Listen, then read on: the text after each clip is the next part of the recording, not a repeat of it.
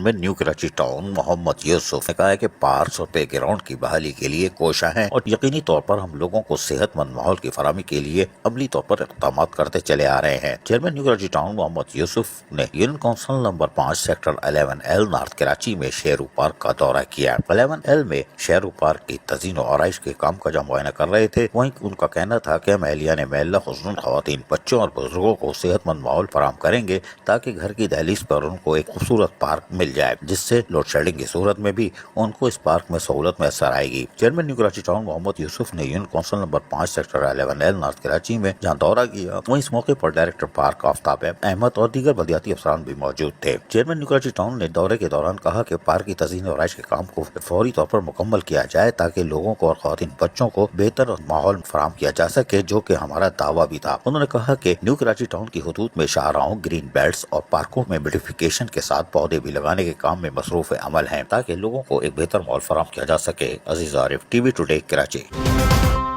मोरो मीर बैर टाउन महकमा तालीम जहाँ पर तलबा को निसाबी गैर निसाबी सरगर्मियों में फाल रखने का कोशिश करती रहती है, वहाँ पर उन्होंने खेलों के मुकाबलों का इनेकाद किया, जिसमें क्रिकेट, फुटबॉल, हॉकी, वॉलीबॉल, रस्साकशी, तीरंदाजी समेत मुख्तलिफ खेलों के मुकाबलों का इनेकाद किया गया था, जिसमें तलबा और तालिबात ने भरपूर अंदाज में शिरकत की और यकीनी तौर पर इसकी और कामयाबी से इख्तिताम होने वाले इस फेस्टिवल में उसके बाद एक तकरीब का इनेकाद किया गया, जिसमें Mohammad Jawad Khan director education, Saeed Ahmed incharge account section, supervisor Mohammad Asif, Shakeel Ahmed और स्पोर्ट ऑर्गेनाइजर रेहान अहमद ने शिरकत की और पोजीशन हासिल करने वाले तलबा तालिबात को मेडल और असनाद तस्लीम किए। डायरेक्टर एजुकेशन ने इस मौके पर खिताब करते हुए कहा कि खेलों की सरगर्मियां इंतहाई जरूरी हैं, क्योंकि जहां खेलों के मैदान आबाद होते हैं वहां अस्पताल वीरान होते हैं। तकरीब के खिताम पर तलबा और तालिबात ने director education, incharge account section और तमाम स्टाफ का शुक्रिया अदा किया कि वो हमेशा हमारी हौसला अफजाई करते हैं और हमें खेलों की सरगर्मियों में भरपूर ताउन भी फराहम कर रहे हैं। अजीज आरिफ, TV टुडे, कराची।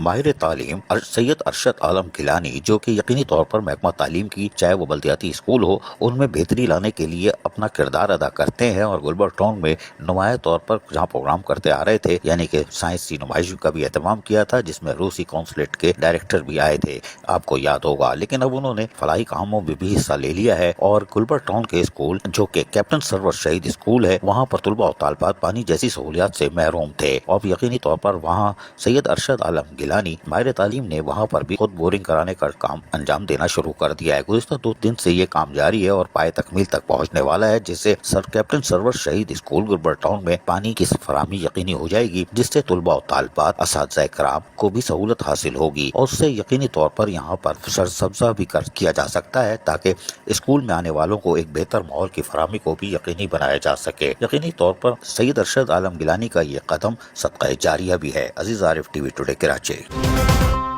वसी मुस्तफ़ा सोमरो ये एक सीनियर ऑफिसर थे और यकीनी तौर पर इन्होंने सिंध के मुख्तलिफ अजला में काम किए, यानी बल्दियाती इदारों में, लेकिन बदकिस्मती के हैं कि 22 जनवरी 2023 को इस दुनिया से ये रुखसत हो गए थे। बल्दिया कोरंगी में जो TMC कोरंगी कहलाती थी, उसमें इन्होंने तवील अर्से से फराइज अंजाम दिए और मेहनत कशों के जायज हुकूक और मफादात का तहफ़्फ़ुज़ करते दिखाई देते थे। गुज़िश्ता साल 2023 में 19 जनवरी को ये मुकामी अस्पताल में दाखिल हो चुके थे, क्योंकि डायलिसिस करा रहे थे, लेकिन उनकी अचानक तबीयत खराब हो चुकी थी, यानी बिगड़ गई थी। उस पर उनको मुकामी अस्पताल में एडमिट करा दिया गया था, जहां उनका इलाज जारी था और हुस्न इत्तेफाक ये था कि उसी अस्पताल में इनकी वालदा का भी इलाज हो रहा था और ये रोज पहले तो जाके अपनी वालदा से भी मिलते थे ऑफिस से जाने के बाद, लेकिन आज वो खुद भी अस्पताल में दाखिल हो चुके थे, यानी 19 जनवरी 2023 को, और इनकी वालदा भी दूसरे फ्लोर पर अस्पताल में जेर इलाज थी। ताहम 22 जनवरी 2023 को अफसोसनाक खबर आई कि वसी मुस्तफ़ा सोमरो इंतकाल कर गए हैं और उनकी तदफीन कर दी जाती है और वो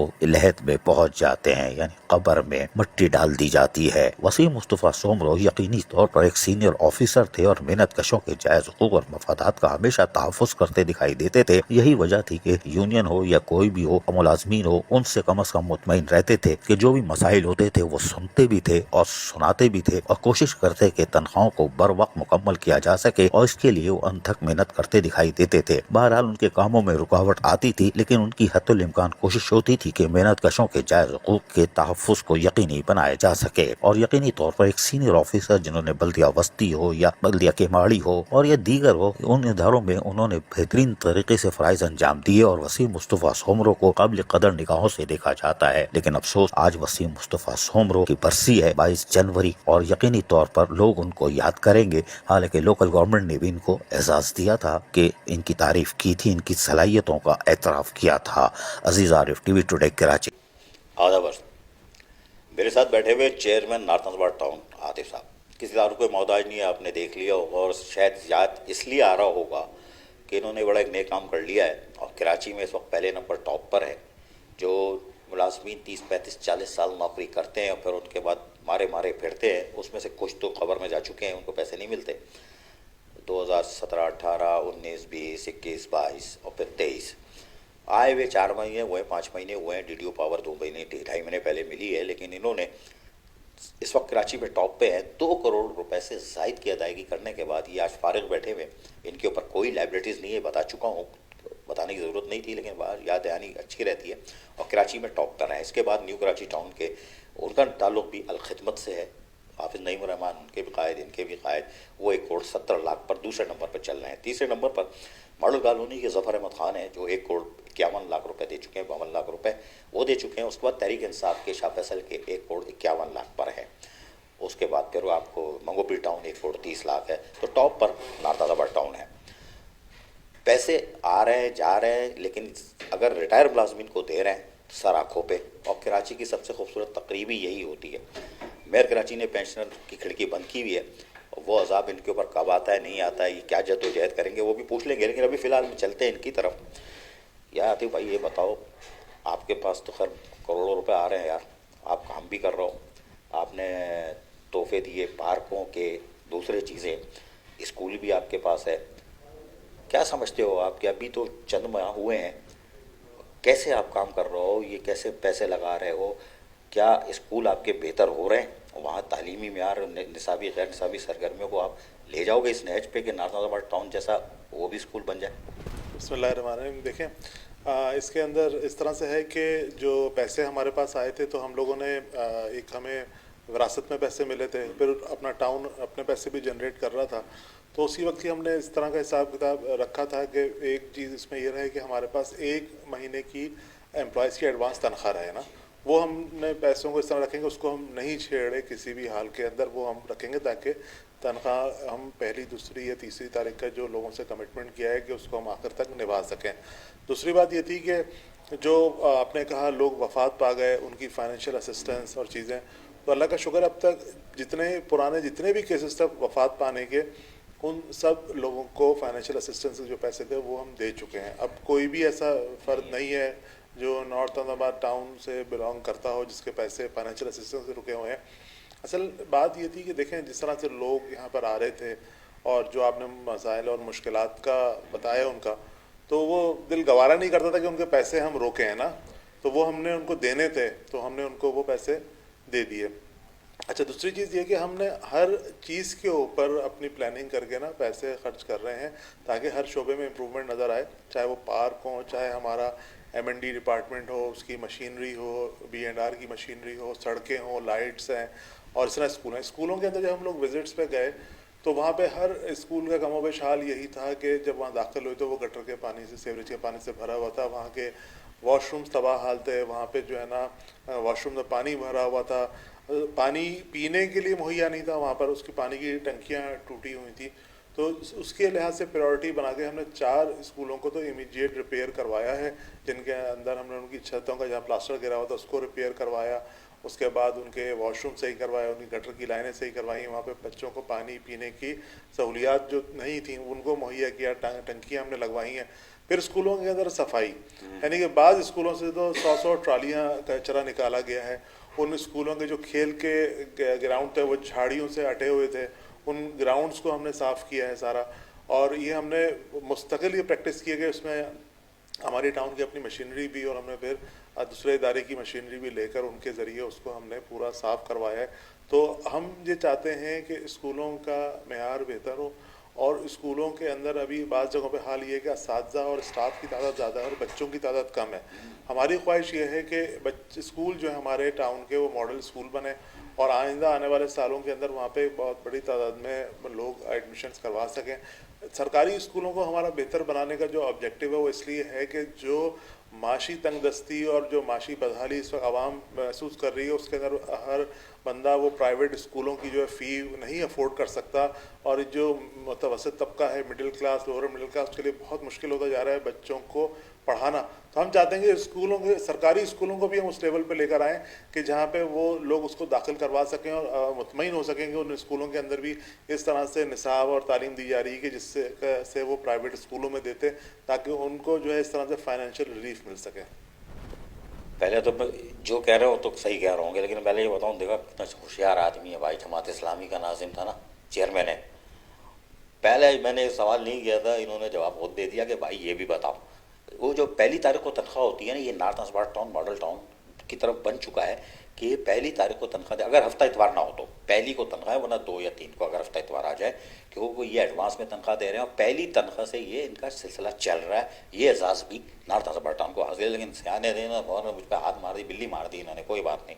यार ये बताओ भाई, आपने कहा झाड़ियाँ साफ कराई है, ट्रक पर ट्रक निकाले हैं मैंने, वो भाई ये Sindh solid waste management board जो हमारे पर कराची पर है, local government act 2013 amendment 2021 schedule 2 उसमें 3 और 4 कहता है कि ये काम टाउन्स का है, यानी कि बल्दियाती इदारों का है, और उसमें बाकायदा 3 और 4 में सारी चीज़ें मलबा शलबा भी उठाना उनका काम है। ये 14 में बना है और एक्ट बना है 13 में। अब आप कहोगे कि तो यार एक्ट में तो है ना, वो है सॉलिड वेस्ट भी आ गया, तो यार जब अमेंडमेंट हो गई थी 2021 में तो उड़ा देना चाहिए था सॉलिड वेस्ट मैनेजमेंट बोर्ड को, या फिर इस शेख को उड़ा देते 3-4 को, जैसे एजुकेशन उड़ाई है इन्होंने कि नहीं भाई हमने बोर्ड बना दिया, बोर्ड करेगा। 26 बिलियन 26 अरब, ये वज़ीर आला सिंध ने कहा है दूसरे इजलास में कि 25% शेयर हुआ, उन्होंने करार किया है 14 से लेकिन 10 सालों में 25% शेयर साफ हुआ है। यार आपकी मशीनरियाँ स्क्रैप, आप अपना स्टाफ देते हो, director sanitation, deputy director, CSI, labour, तनख्वाह आप दे रहे हो, वो 26 बिलियन लेके भी शहर साफ नहीं कर रहे, और आप क्लेम करोगे अपनी गाड़ियों की स्क्रैप की, दफातर की, और या तो तनख्वाह उनको दे दो, भाई हम नहीं दे रहे तनख्वाह, हमारे ये सैनिटेशन डिपार्टमेंट अब आप ले जाओ, आपके हाथ में, या आप ले जाओ और हमारी जान छोड़ो ताकि हम खुद काम कर लें, या फिर आप कर लो। एक जगह रहने पैरेलल निज़ाम क्यों चल रहा है? देखें इसके अंदर मामला इस तरह से है कि जो आपने कहा इतनी खतीर रकम खर्च की जा रही है, उसके बावजूद भी इनकी जो असेसमेंट्स हैं, अगर मैं नॉर्थ अहमदाबाद की बात करूं तो उसके अंदर जो नई मरदमशुमारी के मुताबिक जो है 10 लाख के करीब आबादी है और रोज़ाना का जो कचरा प्रोड्यूस होता है वो तकरीबन 700 टन के करीब होता है। इनके अपने ही स्टैट्स एंड फिगर्स हैं जो मैं बात कर रहा हूँ। इन्होंने जो एग्रीमेंट है नॉर्थ अहमदाबाद से कचरा उठाने का वो 450 टन का है और रोज़ाना का, यानी कि उसमें भी 250-300 टन तो शॉर्टफॉल है। और तीसरा बात इसमें यह है कि वो 450 के लिहाज से भी इनके मशीनरी और लेबर पूरी नहीं है, वो 200-250 के हिसाब से आती है जो टन उठा सके। इसका मतलब है आप 33% भी रोज़ाना उठाने के काबिल नहीं है जो कचरा यहाँ पे प्रोड्यूस हो रहा है। जब नेमत साहब का ज़माना था उस ज़माने में एक यूनियन काउंसिल के अंदर, उस वक्त यूनियन काउंसिल छोटी थी, 40 से 50 सैनिटरी वर्कर होते थे। आज आपकी रोज़ाना की डिप्लॉयमेंट जो है 7, 8, 10 लेबर की है, जिसके अंदर से आप रोज़ाना अंडर एज भेजते हैं, अनस्किल्ड भेजते हैं, और जो है वो इस तरह के होते हैं कि जो कि वो कुछ काम कर ही नहीं सकते। इसका मतलब है सामने सड़कों की तो सफाई नज़र आ रही है, गलियों की अंदर की तो कहीं सफाई हो ही नहीं रही है उन सब चीज़ों पे। दूसरा ये कि आपके पास जो मशीनरी है, जो कि चाइनीज़ मशीनरी थी जिसके ज़रिए आप उठाते हैं स्मार्टली, वो आपके पास पूरी है ही नहीं। आप वो पुरानी शावल और ट्रैक्टर ब्लेड उनके ज़रिए उठा रहे हैं, जो कि नॉर्थ अहमदाबाद का जो बना हुआ इंफ्रास्ट्रक्चर है, जो सड़कें हैं, नालों की मुंडेरें हैं, उनको आप तबाह कर रहे हैं। जगह जगह आप ट्रेंचेस बना रहे हैं, गड्ढे कर रहे हैं। आपने इतनी जगह के ऊपर जो है वो बिजली की केबल्स काटी हैं, PTCL केबल काटी हैं, आपने सुई गैस की लाइनें तोड़ी हैं, आपने साफ़ पानी की जो है ना वो लाइनें तोड़ी हैं। उसका जिम्मेदार कौन है? एक तरफ तो आप अपना काम ही नहीं पूरा कर रहे, और दूसरा ये है कि ये जो सारा काम है, ये आप बिल्कुल सही कहा, 2013 के अंदर जो है वो टाउन का म्यूनसिपलिटी का फंक्शन क्या है इसके अलावा, जब यानी कि वो असल काम ही यही है उसका, तो उसके अंदर आपने उनको तफवीज़ कर दिया। और लेकिन लोगों की शिकायत तो डायरेक्ट हमारे पास आ रही है ना, और हम जो है उनके ऊपर, भाई हम लोगों के नुमाइंदे के तौर पे बैठे हैं यहाँ पर आके, और सबसे बड़ा सवाल ही यहाँ पर यही है लोगों का जो सफाई सुथराई के ऊपर। फिर एक और सबसे अहम बात यह है कि इनका मैंडेट ये था चाइनीज़ कंपनी के जो उन्होंने ठेके दिए कि वो घरों से डोर टू डोर कलेक्शन बगैर पैसों के करेंगे। नॉर्थ नाजाबाद के अंदर एक घर भी ऐसा नहीं है कि जहाँ पे बगैर पैसों के कलेक्ट कर रहे हो। हर जगह 500 रुपये लिए जाते हैं, और एक घर अगर ग्राउंड प्लस 2 है तो वहाँ से 1500 और 1500 रुपये 2000 रुपये लिए जाते हैं, और फ्लैट से इतने ज़्यादा है। वो कहाँ जा रहा है पैसा? सारा का सारा किन की जेबों में जा रहा है पैसा? ना सफाई हो रही है, ना गार्बेज कलेक्शन हो रही है, ना आप सड़कें साफ कर रहे हैं। मेन सड़कों के ऊपर कुंडियाँ बन रही होती हैं यहाँ पर, और इतनी खतीर रकम जो है वो सिंध गवर्नमेंट इस पर लगा रही है। हमें तो ये सिर्फ एक करप्शन का धंधा नज़र आता है, इसके अलावा लोगों की सहूलत देने का तो कहीं पर भी ये मामला नहीं है इसके अंदर। अरे भाई एक चीज़ और बताइएगा, किस कानून के तहत कलअदम हो जाती? इंग्लिश में लिखा होता है इनके लेटर पर डिफरेंट डीएमसी कलअदम। जब कलअदम हो गई, क्या नॉर्थ नाजाबाद टाउन से सॉलिड वेस्ट मैनेजमेंट बोर्ड का कोई मुआहदा है? जब वो कलअदम हो गई खत्म, आपसे मुआहदा क्यों नहीं करते ताकि आप उसको नील एंड वाइट करें ना? देखिए, पहले दिन से जब हम लोग आए 19 जून को हल्फ लेने के बाद, हमने यही बात कर रहे हैं कि जो डीएमसी डिफंक्ट हो गई है उसके साथ मुआहदे की हैसियत ही नहीं है कोई। अब आप आओ, आप टाउन से मुआहदा करो, टाउन को आप जो है अपनी वर्कफोर्स और चीज़ों के बारे में बताओ, और आप बताओ कि कहाँ से कैसे कचरा उठाओगे।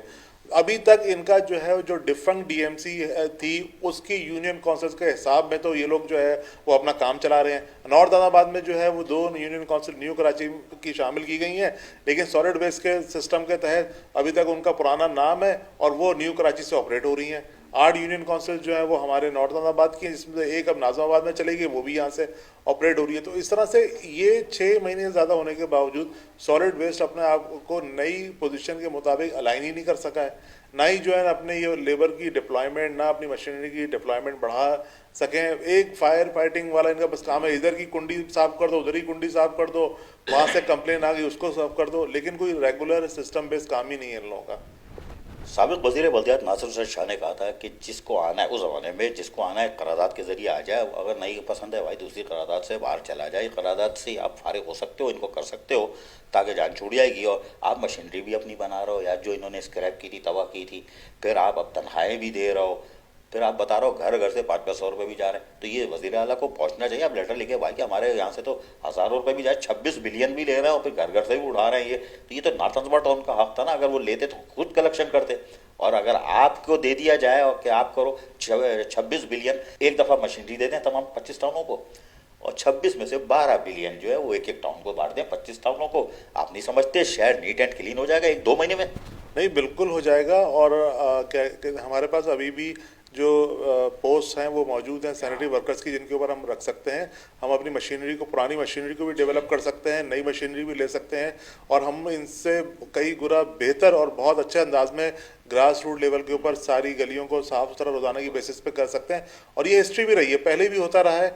और अब हमारे नज़दीक तो सिंध सॉलिड वेस्ट मुकम्मल तौर पे फेलियर है, और केयर टेकर चीफ मिनिस्टर ने टाउन चेयरमैन को तो नहीं बुलाया, लेकिन हमारे म्यूनसिपल कमिश्नर्स को बुलाया था मीटिंग में, और हमारे म्यूनसिपल कमिश्नर ने उनके सामने भी अपना ये पॉइंट ऑफ व्यू रखा था। और हमने चाइल्ड लेबर का मामला भी उठाया था इन सब चीज़ों के अंदर, और अनस्किल्ड लेबर का भी उठाया था। उन्होंने उसका टेकअप तो किया, लेकिन अभी हमारे सामने को उसका बेहतरी नज़र नहीं आ रही। जैसे मामला में पहले चल रहे थे वैसे ही अभी चल रहे हैं, कहीं पर भी किसी लेवल पे भी कोई इंप्रूवमेंट नहीं है इसके अंदर। अरे भाई ये बताए, ये फंस नहीं जाएंगे 2024 में कुछ जल्दी 6-8 महीने में? कि जो मेरी इतलात है कि नॉर्थ नाजाबाद टाउन से तो सैनिटरी वर्कर रिटायर हो रहे हैं बड़ी तेज़ी से, अगर ये साफ हो गया फिर क्या होगा? बिल्कुल सही कह रहे हैं। हमारे पास हर महीने 8 से 10 लोग जो है सैनिटरी के वो रिटायर हो रहे हैं, और वो बहुत जल्दी वो हो जाएंगे। दूसरा एक प्रॉब्लम आपको पता है, 2009 में पूरे सिंध के अंदर जो है वो सैनिटरी वर्कर्स के अंदर मुसलमान लोगों की भर्ती हुई थी। अब वो लोग बचेंगे, वो लोग तो ये काम कर नहीं सकते। तो ये भी सारा सिंध हुकूमत को क्रेडिट जाता है कि पूरे कराची को इसको इस तरह से मामले में फंसा दिया गया है। एक तरफ सॉलिड वेस्ट को लेकर आए हैं, टाउन्स के उस फंक्शन को मुअत्तल किया है, और वो सॉलिड वेस्ट भी वो चीज़ें परफॉर्म नहीं कर रहा जिसके ऊपर जो है इसकी एक्सपेक्टेशन थी। इतना ह्यूज अमाउंट जो है वो आवाम के टैक्सेस का इस मामले में लगाया जा रहा है, लेकिन रिजल्ट कुछ भी नहीं है उसका। यार आपके पास इतना माल है, वो बेचारा न्यू कराची वाले मोहम्मद यूसुफ ने तो एक पटिशन दायर कर दी, वकील को 25-30-50 हज़ार दे के कर दी, पूरा बोर्ड ठंडा हो गया है एक पटिशन पर। आप भी बड़ा सही आदमी हो यार, एक पटिशन और दाल कर दो, ये वो ज़रा सूजी वालों की वो कर लो वेरिफिकेशन, आपकी कौंसिल वालों की तो ऐसी इमाम दस्ते में रख के कूटते वेरिफिकेशन होती है, फिर बोलते जाओ। तो ज़रा वेरिफिकेशन उनकी भी तो करवा ले यार, ज़रा सूजी वालों की आधे फारे के, फिर तो आपके स्थान बच गए, शेड्यूल ऑफ एस्टेब्लिशमेंट तोड़ गया। देखें, जो इस तरह की चीज़ें हैं इसके अंदर SUG के भी अफसरान हैं, उनकी तैनाती यहाँ पे हो रही है। अभी कुछ और मसाइल में भी हम लोग हैं, तो इंशाल्लाह जैसे ही टाइम मिलेगा इन सब चीज़ों के ऊपर भी करेंगे। इन चीज़ें हमारी कंसिडरेशन के अंदर हैं। बता नहीं रहे, लेकिन मेरे इल्म में बहुत कुछ है कुछ गड़बड़ घोटाला है, ये अंदर खिचड़ी पक रही है। इस सिर्फ न्यू कराची के मोहम्मद यूसुफ नहीं है, मेरे हिसाब से 2 चेयरमैन और कहीं घुसने जा रहे हैं। उन्होंने तो न्यू कराची वाले ने तो बोर्ड को सुला दिया है, उनको समझ में आ गई है गल छेड़ता रिमूव। अगर रिमूव करना है तो मेयर कराची को क्यों नहीं कर रहा है? 13 अक्टूबर को उन्होंने एक खत लिखा था additional chief secretary local government को, 16 को खिड़की बंद कर दी। उनको लेटर लिखो ना भाई, खिड़की कैसे बंद की, ये पेंशनर फंस रहे हैं, इनके गले लग रहे हैं, इनका क्या मसला है, कहाँ से देंगे? ना वेलफेयर डिपार्टमेंट है, ना टाउन की सतह पर, डीएमसी की सतह पर आ ही नहीं सकता। 2021 का कौन सा लेटर पकड़े हुए हो मेयर साहब? खिड़की खोलो, additional chief secretary local government, letter लिख के तो देखो मेयर कराची को, उसमें वही जो न्यू कराची वाले को लिखा था यूसुफ साहब को, रिमूव लिख के तो देखो, बताएंगे कैसा होता है। बहरहाल यार, इंशाल्लाह इलेक्शन हो गए तो यकीनन पीएफसी अवार्ड भी हो जाएगा। डॉक्टर अशरफ वास्ती जो पीएचडी है कराची यूनिवर्सिटी से, उन्होंने होमवर्क मुकम्मल करके दे दिया फाइनेंस डिपार्टमेंट को। असेंबली ना होने की वजह से पीएफसी नहीं हो रहा, अगर वो हो जाएगा तो इनके हाथ भी खुल जाएंगे, फराज हसीब के भी, मुजफ्फर साहब के भी हाथ खुल जाएंगे, और जफर अहमद खान मॉडल कॉलोनी वाले के भी, और कोई ये लोग काम करके दिखाएंगे अलखदमत के हैं। आज की बात से आपने तजिया कर लिया होगा कि ये तो टाउन चेयरमैन है ना, जो यूसी का चेयरमैन, वाइस चेयरमैन है, काउंसलर है, उसकी कैसी मट्टी पलीद होती होगी कि लोग उसको बोलते हैं कूड़ा पड़ा है बे, तो काउंसलर है। ओ भाई, इनके गिरबान नहीं पकड़ना, इनकी कुत्ती नहीं पकड़ना। आन उर्दू में सॉलिड वेस्ट छेड़ा इसीलिए था ताकि आपको पता चल जाए किसी भी 25 टाउन में, अलखदमत की बात ही नहीं कर रहा, जमात के नाजिम नहीं भाई, नहीं, पीएस पार्टी का हो, तहरीक इंसाफ को, इनके हाथ में नहीं है। ये शहर बगैर किसी मुआहदे के तहत चल रहा है, पादमानी किश्ती पे। कानून की किताब लोकल गवर्नमेंट एक्ट 2013 अमेंडमेंट 2021 नजर आतिश कर दो, ये मैं खुल के बोल रहा हूँ, क्लेम कर लेना, साबित कर दूंगा, कर दिया, एक शर्त बता दी है, लेकिन इनको नहीं पकड़ना, इनके हाथ में नहीं है। हाँ, ये अभी बताएंगे, अगर चलो मैं नहीं पूछता इनसे, ये अंदर होमवर्क कर रहे हैं, अपनी मशीनरियाँ छोटी मोटी टूल्स कर रहे हैं, इनके सैनिटेशन डिपार्टमेंट मौजूद है, अल्लाह करेगा तो ये खुद ही टेक ओवर कर लेंगे। एक करारदाद से आओ, दूसरी करारदाद से जाओ, ये साबिक वज़ीर बल्दियात नासिर हुसैन शाह मशवरा दे चुके हैं। अल्लाह ताला इनको खुश रखे। सिर्फ इसलिए दुआ दे रहा हूँ कि इन्होंने 2 करोड़ रुपए मेरे रिटायर मुलाजमीन को दिए हैं, और कोई भी पाइपलाइन में नहीं है, और नाजराबाद के अफसरान मुलाजमीन खुशकिस्मत हैं, पहली को तनख्वाह इनके अकाउंट में आ जाती है। मैं दिखा भी देता हूँ, लेकिन आ जाती है। अजीज़ आरिफ, टीवी टुडे।